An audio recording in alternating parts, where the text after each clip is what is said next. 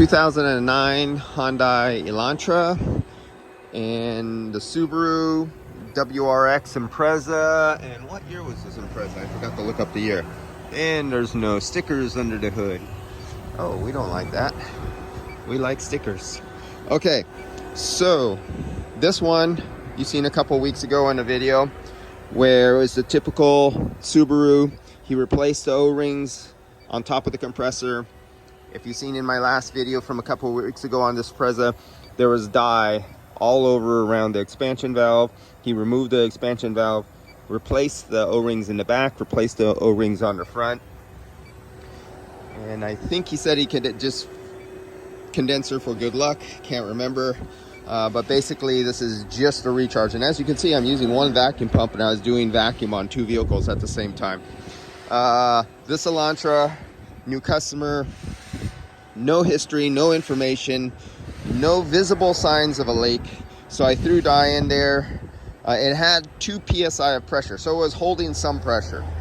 So I just threw dye in there really fast, threw some refrigerant in really fast, let it run for a few minutes while I started hooking up this one, came back to it, went over it with the UV lights. I did that, went over it with the Stratus leak detector, didn't find anything. I hit it in a static mode looking for leaks. Then after running it, getting it hot and pressure and everything, I went over it again, still didn't find any leaks. So this one is the mystery car, the find a leak. So that's going to be a blow and go because I cannot locate the leak on that right now. At this time, it is not leaking at time of testing. So that one will go. And I was just doing a micron decay test right there. As you see, focus, focus, focus. Come on, Apple, focus, you little son of a SOB. There we go. So it's been sitting for 30 minutes and it went up to 800 microns, which for a vehicle that's this old, not too bad.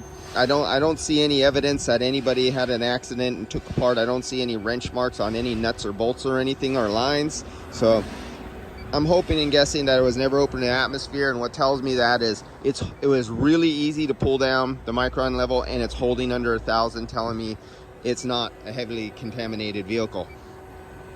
Time to charge this one, and we'll see what we get. I already know this operates because I threw refrigerant in it, and this was running prior to him changing the O-rings on it. All right, see you in a minute. If there's anything out of the ordinary, I'll be making another video. If everything works perfectly, you probably won't see a video on these second ones because I was back in Florida for a few days. A lot of customers called me and I have a lot of catch up to do, so there's really no time to do videos. See ya.